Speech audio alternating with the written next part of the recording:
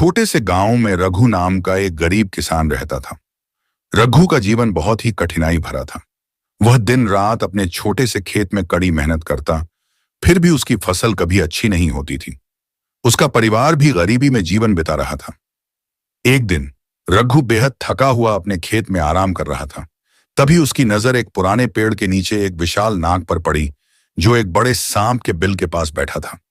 रघु पहले तो डर गया, पर फिर उसने सोचा, यह नाग इस खेत का रक्षक होगा।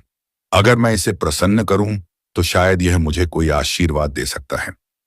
अगले दिन रघु ने एक कटोरी में ताजा दूध भरा और नाग के बिल के पास ले जाकर आदरपूर्वक रखा। उसने हाथ जोड़कर कहा, हे नागराज, मैं नहीं जानता था कि आप मेरे खेत के रक्षक हैं। कृपया इस दूध को स्वीकार करें और मुझे आशीर्वाद दें। अगले दिन जब रघु वहां गया तो उसने देखा कि दूध की खाली कटोरी में एक चमचमाता हुआ सोने का सिक्का रखा था। रघु की आंखें खुशी से चमक उठीं। अब यह उसका रोज का काम बन गया। वह रोज नाग के लिए दूध लाता और बदले में एक सोने का सिक्का पाता। समय के साथ रघु की हालत सुधरने लगी। वह अमीर तो नहीं हुआ, लेकिन उसकी गरीबी दूर हो गई। पर इंसान का स्वभाव है कि जब जरूरतें पूरी हो जाती हैं तो लालच जन्म लेता है। अब रघु के मन में लालच घर करने लगा। वह सोचने लगा, अगर नाग हर दिन मुझे एक सोने का सिक्का दे सकता है तो उसके बिल के अंदर जरूर खजाना भरा होगा। क्यों न मैं नाग को मारकर पूरा खजाना हासिल कर लूं। रघु ने एक योजना बनाई।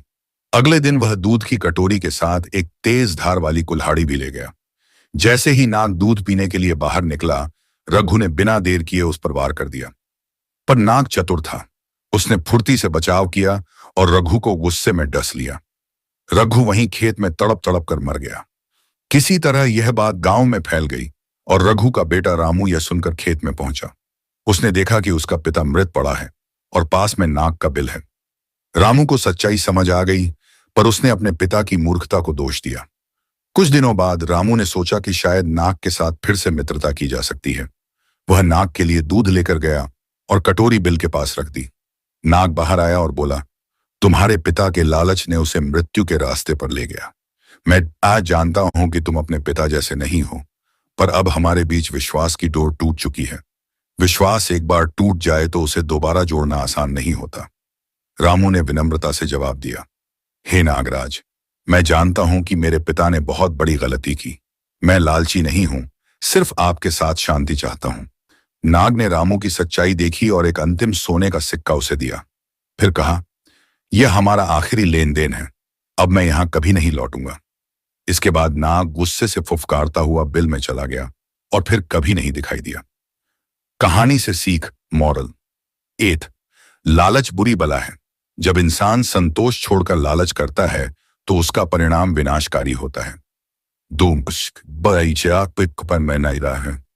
विश्वास एक बार टूट जाए तो उसे पाना कठिन है। रिश्ते, चाहे इंसान के हों या किसी और के, विश्वास पर टिके रहते हैं। 3, ईमानदारी और धैर्य से सफलता मिलती है। रामू ने लालच नहीं किया। इस खैरी ऑन आदेइन उसे सम्मान मिला, भले ही वह धन से भरपूर न हुआ हो।